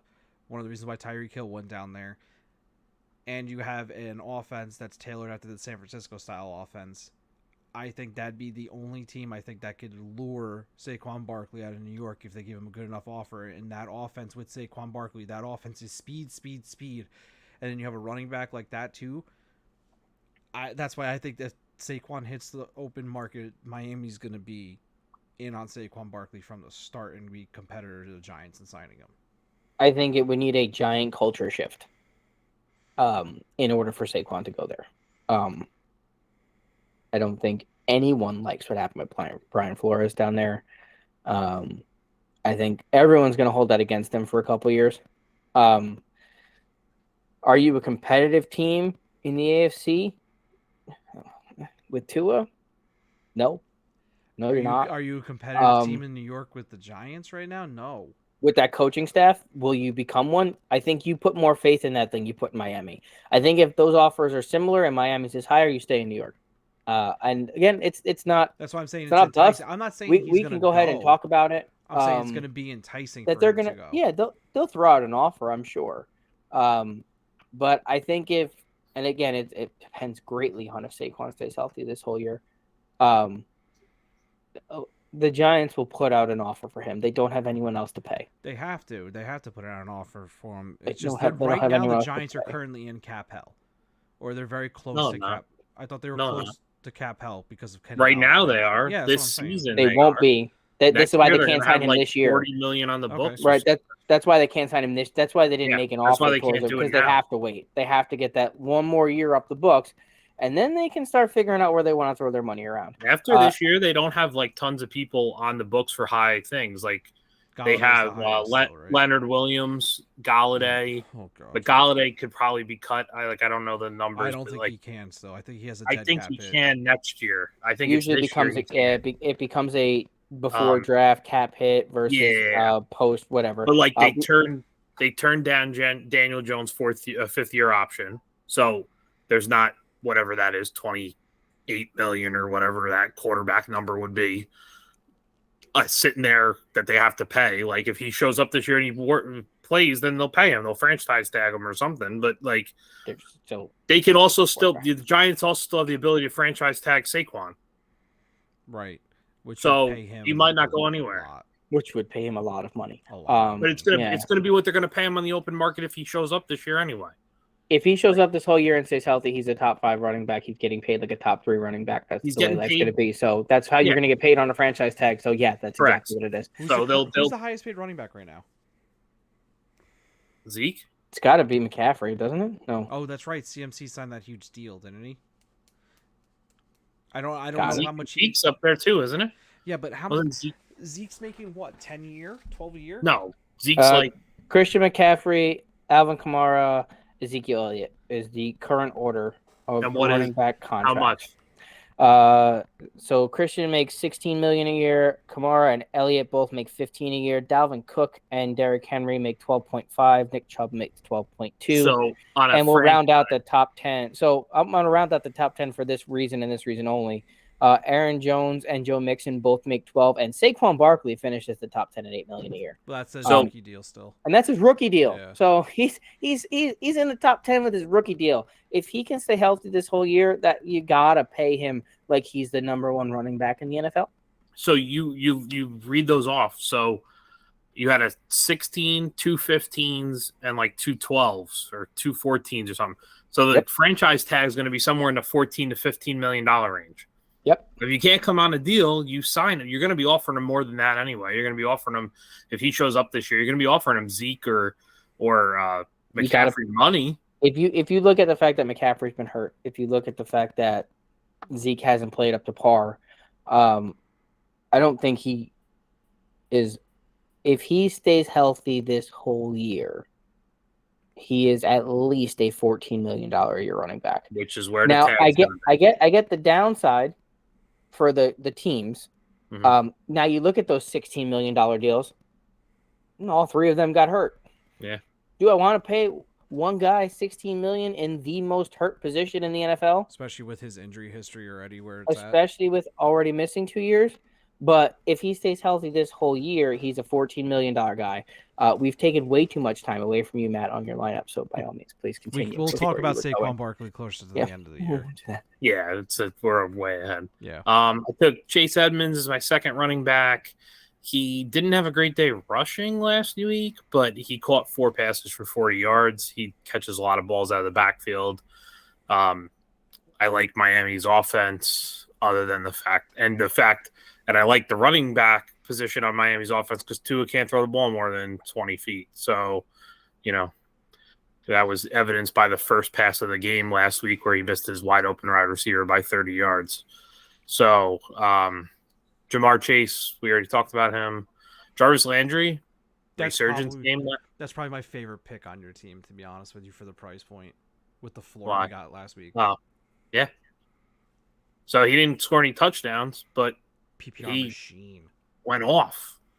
Michael Thomas got all the touchdowns, but James Winston going to throw the ball. That's what James Winston does. James Winston going to play. He's hurt, right? That's what scared me about Jarvis. I love the 5,000 point for Jarvis. Yeah. I am big on all of the New Orleans Saints wide receivers this year. Olave, whatever his name is. I am just curious if Jameis is fully healthy. I don't like the fact that they'll put Taysom Hill back there if he gets one sort of injury or any knock, and they'll let Taysom Hill run a little wildcat with Alvin Kamara because it might work for one half, and then they'll be in the game enough.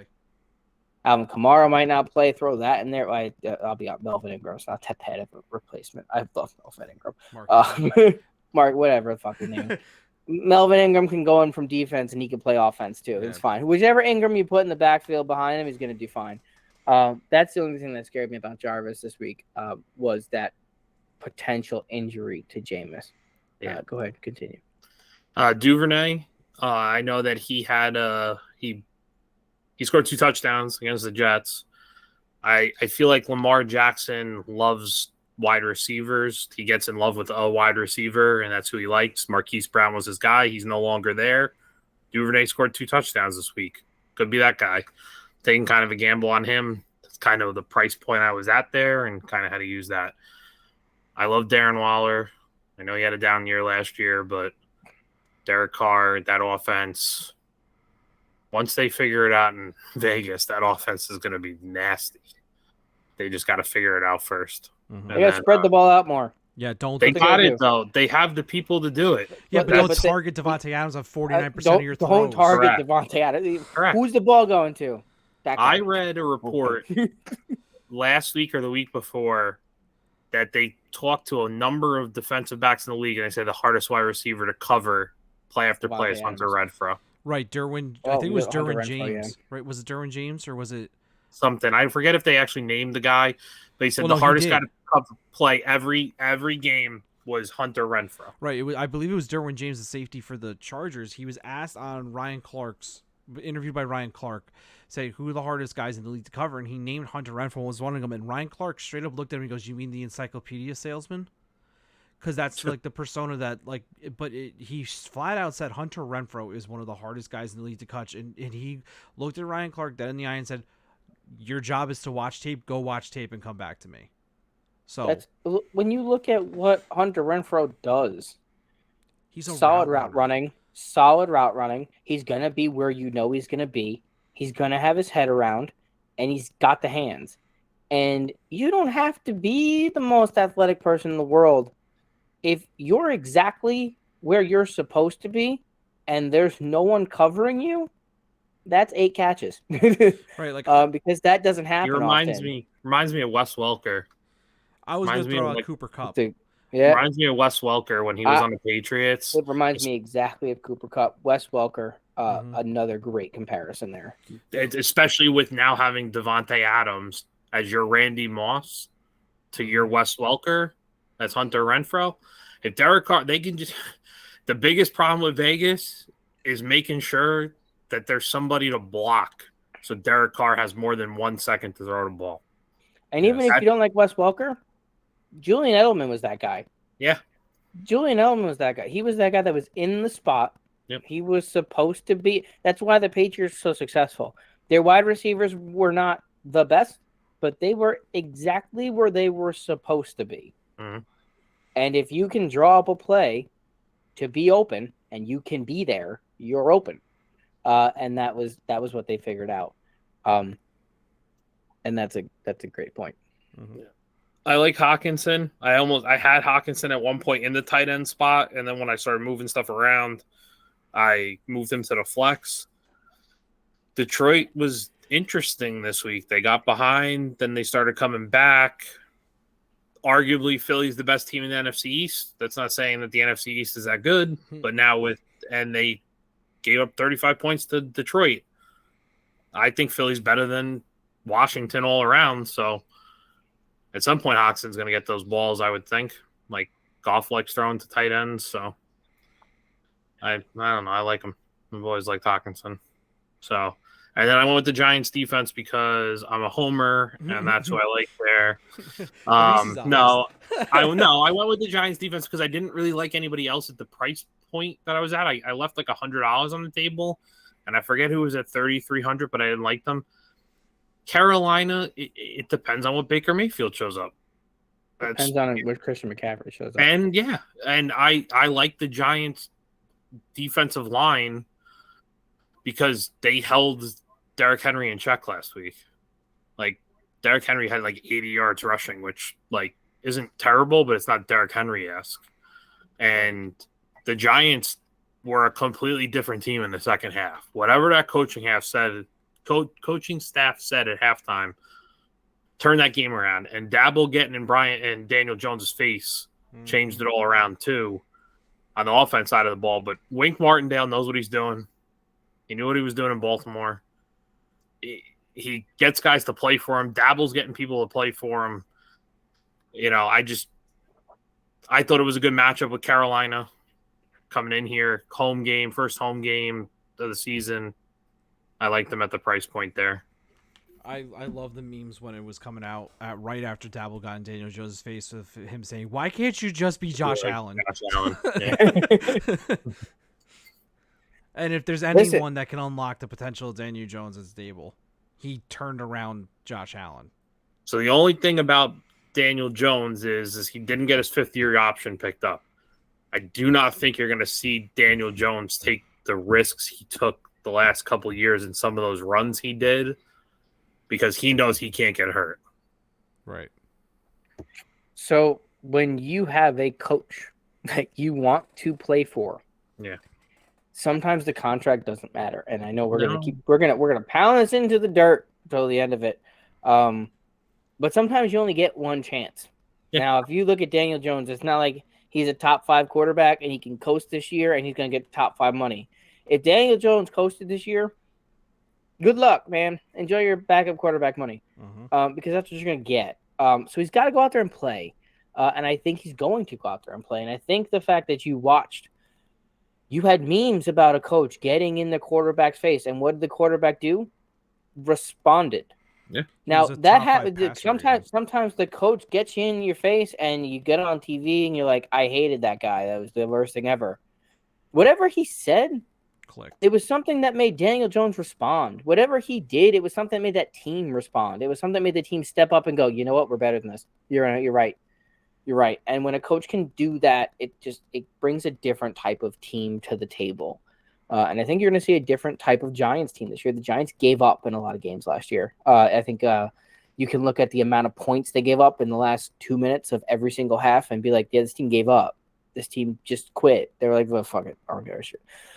They're not going to do that this year. They're going to go out there. They're going to play to win. Their coach wants to win. They just went for 2 in a situation where that's win or lose. That's it.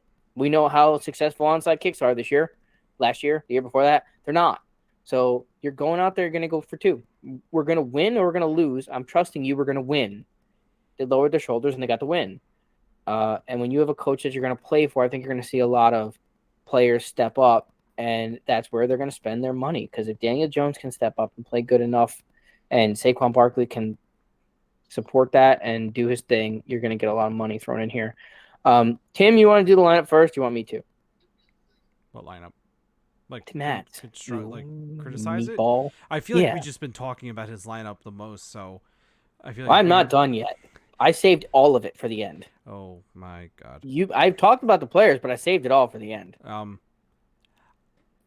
So Jarvis Landry, I'm gonna go back to Jarvis Landry. Why I like him so much? The fact that Alvin Kamara might not play, the whole dink and dunk thing that Kamara takes over for, I think doesn't go to Mark Ingram as much as people think. I think it goes to Jarvis Landry out of the slot, regardless of what quarterback's playing. Duvernay is your risk here. I see why you took him, but from everything that I've read, it's Bateman's the one, and he's the clear one on that team. The target share didn't lead that way, but the Ravens didn't really need to have a true blue Ravens offense. J.K. Dobbins looks like he's playing this week too, so that's a boost to their offense overall. So I like the Ravens this week in general. I don't know how well their wide receivers play. I think it's more of a Mark Andrews week. But at 4,300, Duvernay falls and gets another touchdown. You get your money's worth. That's me. So I'm gonna hit a couple. I'm gonna start at the bottom. Do you think the Giants' defense against Carolina is better than either the Steelers or the Patriots? Talking to me or Matt? Matt. It's his lineup, not your lineup. No, the Steelers, they have a good defense. The TJ Watt thing, you just never know. I don't know. The Patriots, it depends. Like I had the Patriots in one of my fantasy teams, and they didn't do anything crazy in that game. So I don't know. So you're hoping for that pick six that the Giants get, that Baker Mayfield lobs up one and they run it back for a touchdown. He's hoping for KT and Ojuwala. Yeah, it's okay. You're allowed to hope for that. It's Baker Mayfield. So by all means, it's not like Mitchell Trubisky, who's never thrown a pick six once in his life. I really hope I jinx him for this week because he's got to do it once. Although that would give Tim a bunch of points. So I think the Giants are a little overvalued for for the matchup that they have and for the teams that are underneath them. The other one that I don't get on your team is Chase Edmonds. Here's the thing I don't get. Your start of the week is Jeff Wilson Jr. Who's cheaper? And Jeff Wilson Jr. is $100 cheaper. No, I know. That's a what I valid don't point. get. That was a valid point. That was like the one thing that, like, you said Chase Edmonds, and I'm like, wait a minute, that don't make no sense. So honestly, I made this lineup like, when did you ask me for this, Tim? Tuesday. And I haven't looked at it since. Right, and you made it. I literally said, and I did this until Friday. Make your lineup on Friday. No, I'm just gonna do it now. I'll just make it now. Right. I made it then, and then I did the starts of the week yesterday. I don't remember. I never even looked back at it. So here's the thing: your start of the week is Jeff Wilson. I'm gonna give you till midnight to change that in DraftKings and swap out Chase Edmonds for your start of the week, who's cheaper. That was the one that I think I got hung up on the most, was just the fact that you look at Miami's offense and they're all over the place. Yeah. And I get Chase Edmonds is going to be involved, but I also remarkably agree with you that Jeff Wilson Jr. is a really good start and he's cheaper. And that made no sense to me. And I think the money that you could have saved on Chase Edmonds and the defensive role in here is the money that could have gone towards maybe a different wide receiver 3. Duvernay had 2 touchdowns. It's huge. Means they trust him to catch that deep ball in the end zone. But you have a Ravens team that's going to include Bateman more. All indications are that J.K. Dobbins is going to play this week. That's going to get involved. That's going to take touches away. Is it going to open up the field more? Maybe. But I think it's just going to take touches away. And I think that's not a lot of money, but maybe just a couple, especially since you had money left over anyway. I think just a couple of extra 100 that may have been thrown towards a different wide receiver 3. And again, we talked about the fact that you like to use all the money, but necessarily you don't need to. Right. If you have the team you like, you have the team you like. Yeah. You could have taken Chase Edmonds out for Jeff Wilson and still kept the rest of the lineup the same. Who cares about that extra $100? If it's the lineup you like, it's the lineup you like. And I think that's a big thing with daily fantasy is you like to see a 0 when you hit submit, and you don't necessarily need to see a 0 when you hit submit, because when you draft your fantasy team for the year, you don't see a 0. You draft a fantasy football team that you think is going to perform every week. It's just if you don't, you feel like a regret. Like if you do. You crap. Could I put this $100 into a different position? And you stare at it and you're like, oh my god, that's $400 extra. I could have thrown at a quarterback that may have put up. Oh no, Joe Bird had a great week. Wait, I didn't have to worry about that. Oh my god, my flex play. T.J. Hawkinson only had 4 catches, and this guy had 13. Yeah, well, that guy only cost $2,000, but for some reason, no one ever heard of him. So. Yeah, God, I hope. Listen, from your mouth, that's it. I hope he hears you, because Jesus, that would be awesome. But I think that was the one that got me, was the Chase Edmonds over Jeff Wilson, when Jeff Wilson is your start of the week and was cheaper. But outside of that, I get it. You're going up against Baker Mayfield, but I think you're also going up against Christian McCaffrey. You're at home. I just think the Giants should have probably been more at the 2-6, 2-7 range than they are at the 3-2 range. Maybe their defense will show me something I haven't seen yet. But I think a matchup, they shut down Derrick Henry, and I think that's the reason that they're there. I just don't think Derrick Henry is ready to play yet. It's week 1. He had his runs, but when's the last time he played a competitive football game? Right. So I think that's a big factor in why they are up where they are up, is because they shut down Derrick Henry. But who did you really shut down? And that's where I think money could have been saved. And then $100 for Chase Edmonds is nothing. But it's money that, if you're looking at that, where's my range on my final player? That's what changes that. No, I don't disagree. Like I said, I did it Tuesday or whatever. Timmy asked me to do it, and then never looked back at it again. And probably would have changed that Edmonds and Wilson thing if I would have looked at it again, but I didn't. So I'll still give it to you. I'm okay with it. No, I'm good. I'll ride it. I'll ride with what I got. You rules are rules. I hope Chase Edmonds goes off for like 30 points. He's gonna have 9 catches. That's what I hope. 150 yards. Should have changed it. Damn it! I'm not gonna pay me.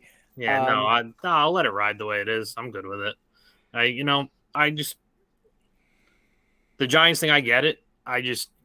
That was the last one I picked. That's what I had left. I just didn't look any farther into it, to be honest. Yeah, That's see, what I for me, went when with. it comes to DraftKings, I pick my defense first. Nope. I picked them third. I like picking them right at the beginning. I picked the running back I want. I pick the wide receiver I want, and then I pick my defense. And I usually look at like the bottom 8 defenses, and I say who's got the best chance this week. And for me, looking at the bottom 8 defenses and seeing the Pittsburgh Steelers there, I was like, feels like a no-brainer to me. That was me with the Patriots. Click. I saw the Patriots. I'm like, the Patriots are still a good defense, so I'm gonna take them. Like, and they're going against Mitchell Trubisky. Like I said, consistently inconsistent Mitchell Trubisky. I wanted Saquon because of what he did last week and the matchup he's got. I wanted Cooper Kupp because he's Cooper Kupp. And then I looked at the defense and I went, I get $2,800 for the Steelers. And then I went right back to Jamar Chase and then built the rest of my lineup around that. And that was the way I looked at it. It didn't. I get looking at defense last. I do, because you don't want a deciding factor. Because when you look at defense, you're like, I could spend it for the best defense here. The best defense never seems to show up. I don't know why that is, Rams. For once in your lives, just 3 pick sixes. Show us all that we're wrong. Yeah, no. But they're like the number 1 defense on DraftKings every week, and they just never show up like that. And that's when you look at DraftKings, it's like the last place defense got 2 pick sixes, and the first place defense gave up 42 points, and you're like, what the hell did I spend $4,800 on a defense for? That's why for me, like defenses they're not that. You never know. You never know. Like you don't. You guys can do this you'll do this thing next week, and the Steelers Patriot game is going to end 45-42. Both of them are going to finish. We were saying that. I was like, Damian Harris going to rush for 4 touchdowns. Najee Harris going to rush for 3. Mitchell Trubisky going to throw for 3 more. It's going to be like the stupidest game ever. That's what I mean. Like you just never know. Like I've literally looked at like in Timmy's Dynasty League, I have the Patriots and I have Tampa Bay's defense. And I looked at the matchups last week and I went, I think that the Patriots defense will do better against Miami. Who they play? Miami. I would have mashed Tampa's defense. Tampa's defense. You just never know with Dallas. So it's like, on prime time in Dallas, and it's like, they're going to choke. Yeah. They're probably going to choke. No, I agree with you. Defenses is a crapshoot. Defense to me is like kind of like I got left. I think I pick it out of that bottom 8 for the same reason that you just pick whichever one's available at your price point. It's like I don't want to overcommit to a defense, but I want to know how much money I have to spend on my other players. That's why I don't want to. I don't. If the best defense that I see is at 3,300, and granted, I'll just pick one that I think has a kind of good matchup. But if that's the best defense I see, and obviously they're going to go up to 5,000, they're going to go down to 2,000. I want to make sure I fit that into what I plan on. But I also get it. Sometimes you get 2,300 left, and oh my God, here's Jacksonville's defense. Hope they get a sack. And then Josh Allen picks off Josh Allen, sacks Josh Allen, and Josh Allen scored 3 touchdowns on Josh Allen, but Josh Allen wasn't Josh Allen because Josh Allen was playing for Jacksonville and not. Everyone remember that game? Yeah. I do. How much do you think Jacksonville's defense cost last week? They were probably really low. And they probably scored a good amount of points with the amount of times Carson Wentz turned the ball over. Yep. 2 interceptions, and then they had 2 more fumbles, right? Yep. So, I mean, that's I agree with you. I just like to know what I'm going to spend on my defense. Yeah, because when I pick the defense first, I go and I look, and I like Pat, I look at the bottom part of it, and I pick it right from the start so that I know. Because I look at the bottom and I look at the average left per position, and I base other decisions based off what that average says. So if I'm picking the defense like the Patriots, 2,900 right from the get-go, it's going to increase my average up to closer to 6,000 per position. Or something like that is what it turns out to being. So that's why I do that. And I never, when I go down there, I'm never picking one of those defenses that it's in the high 3,000s or low 4,000s. Never touch any of those because it just doesn't seem worth it to me ever. I'd rather spend. And I will say, it does depend sometimes, because sometimes it's the best defense in the NFL against the worst team in the NFL. Like when the Broncos started a And wide receiver at quarterback, that's when you wanted to right, and spend up on that's the what I'm defense. okay. Listen, we're Yeah, gonna but you're going spend to the pay money on 5,000 for that defense. defense. Right, but that would Yeah. that pays off for you in the end. That one Right. does. So You if hope. you hope, and that's the thing. It's which defense this week gets a touchdown. I feel like the same way that I play which tight end this week gets a touchdown, which defense this week gets a touchdown. Because the defense that gets the touchdown is going to put up all those extra points in your Dallas fantasy lineup. And then you watch a defense that they taper off towards the end of the game. They don't care. They're in prevent. The reason I picked the Steelers is because I think everyone hates Bill Belichick. I don't think they'll taper off towards the end of the game, no matter what the game is. I think they'll go hard against Bill Belichick, especially a Mike Tomlin team. I think will play till the end of the game. They'll play to that final whistle. And you have, I'll point out the Rams again. The Rams have held teams to 8 points. And then the fourth quarter rolls around, they're up by 30, and everyone's on the bench, and you give up 21 points because who gives you at that point? And it's like, I did. Hello. I did. Stop him. Why is Nico Collins scoring 3 touchdowns on you? No, stop him. Stop it. Jalen Ramsey's taking a nap. Shit. He took a nap on Thursday night last week. That's for sure. He did. He fell down right on the ground and Yeah, took that nap. did. Stephon Diggs almost took a nap on top of him. So I get it. I do. I understand why you don't want to overpay for that defense. But that's why I look at defense a little bit earlier, is just to get a feel of where they all are. I will usually go to the bottom 8 and make my choice based off of that.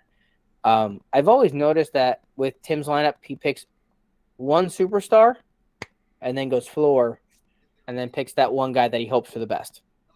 Especially when you play against me, at least. I don't know what you do in that $1 million lineup because everyone plays that $1 million lineup. Everyone does. $1 million lineups are not the right. force. Everyone There's plays a that lot $1 million more lineup. ceilings on that. You pray for it. I get it. But that's always been like I've always seen that. Like if your average per player was like at 66, a lot of your players hover around that 66, and you're looking for that floor setup. And that's daily fantasy. Look for that floor setup. But let's not forget, we're a Dynasty football podcast. I think I'm picking up Greg Dortch in every league that I can find him in. You stole him in one, but I think picking him up. I saw it too. Okay, well, I don't know if I'm in both of those. You are. Oh, well, you cashes? Cashes, I took him in, and then I believe your league I have Dorchin. Did you get him in my your league? league or my league I took Dorchin, I believe. Or it's this league. I think I have him. It might be this league. It might be this league. Hold on. This league's so damn shallow that I couldn't find out a spot for him. I have Dorch in this league. I have Dorch in this in Cash's league. He's sitting on a couple. But yeah, it's I do. I think I like him. I think now granted, you're gonna have the situation where is it gonna pan out? So if we're talking about Dynasty football right now, and you have Sky Moore, who has not panned out at all, and you have Greg Dortch, who has been lights out for week 1, please do not drop Sky Moore for Greg Dortch. That is not the move. Everyone, that's not what we're trying to encourage you to do. That's not the thing that we're saying to do. If you have an IR player you've now opened up your lineup for, by all means, please add the person who's got the most targets on one of the most explosive offenses in the NFL. Mm-hmm. But you're not dropping a player that you drafted in the top 3 rounds this year for Greg Dortch yet. And the sad part is, and I know you look at it and you go, well, that means someone else is probably going to pick him up. Yes. But you're playing the long game. This is Dynasty football. So don't confuse daily fantasy. Don't confuse DraftKings. And don't confuse the starts of the week with the whole player on your bench just because he's not putting up points yet. Just because Dortch has put up whatever points he put up last week, whatever points he puts up this week, and just because Sky Moore put up 1, just because George Pickens put up 2, and just because Cam Akers put up 0, Dynasty football is a long game. Correct. Don't jump to conclusions unless you have that opening on your lineup because someone else is going to pick up that player. And I will give you an example. In Pat Cash's league that we were just talking about, it was my first ever Dynasty league. First time I'd ever done that style. Same. And I dropped OBJ because Because he was hurt. I did not have an IR spot for him. Mm-hmm. And he was picked up 3 days later. As soon as waivers cleared, he was picked up. Soon as waivers cleared, he was picked up. Because I wanted a player who was going to play that week. We did not have that IR. I didn't have an IR spot for him. That's not the way you play Dynasty football. It is a mistake you will learn from. It is a mistake you will remember. That is 8 years ago at this point. 7 years. I don't know. I remember that draft very vividly. It was a long time ago. I had my first round pick was Des Bryant, and my second round pick was a young wide receiver who's going into his second year, looking like he's going to be a stud by the name of Cordero Patterson. That was my second round pick in a Dynasty startup league that year. I started that league off in the cellar, and I've been in the championship game 3 straight years in that league now. I'm also not telling you to hold on to Cordero Patterson for 8 years. No, don't get me wrong. I'm not telling you to hold on to a player for 7 years. But don't drop a player on week 2 because someone else is doing great. Remember the potential that you drafted that player with. Yeah. Remember why you drafted that player. Remember who they were in college. Remember the reasoning behind it before you knee-jerk reaction and grab Greg Dortch because you saw him on 2 daily fantasy lineups, and we talked about the fact that he's getting 9 targets a game in week 1. So on his 5th NFL team. So to kind of go off what Pat's saying, sorry, Matt, go ahead. No, go ahead. If you're watching this podcast right now and you're thinking, I kind of want to start my own Dynasty league, one of the things I highly recommend, well, there's 2 things I'll highly recommend. One is the Sleeper platform. We're not sponsored by Sleeper. I keep harping on Sleeper, but Sleeper is by far and away the best Dynasty platform. One of the reasons why is point number 2 is I am now becoming an advocate for a taxi squad. What a taxi squad is, for the one league I have a taxi squad, it's 2 roster spots that are not eligible to go into your starting lineup unless you drop people to make room for them. And it's only year 1 or year 2 guys are eligible for it. So someone in Pat's Dynasty League dropped David Bell. I was literally just trying to do that, and I put my phone down to make a point, and then you did it. Oh, so okay. Pat went and picked up someone in my league. So I'm assuming it's Greg Dortch. So what happened? For OJ Howard. Right. So Rory in Pat's league dropped David Bell because he had to. If there was a taxi squad in this, he would have just been able to throw him on a taxi squad. Then you don't have to worry about losing a rookie like that. So if you're going to start up a Dynasty league, do it on Sleeper, make a little taxi squad. Taxi squads only have rookies and second-year players eligible for it. You don't want someone throwing a veteran on there for no reason. So that's just my 2 cents on this. 2 points on that. Creating a taxi squad, you need to have a very committed league for that.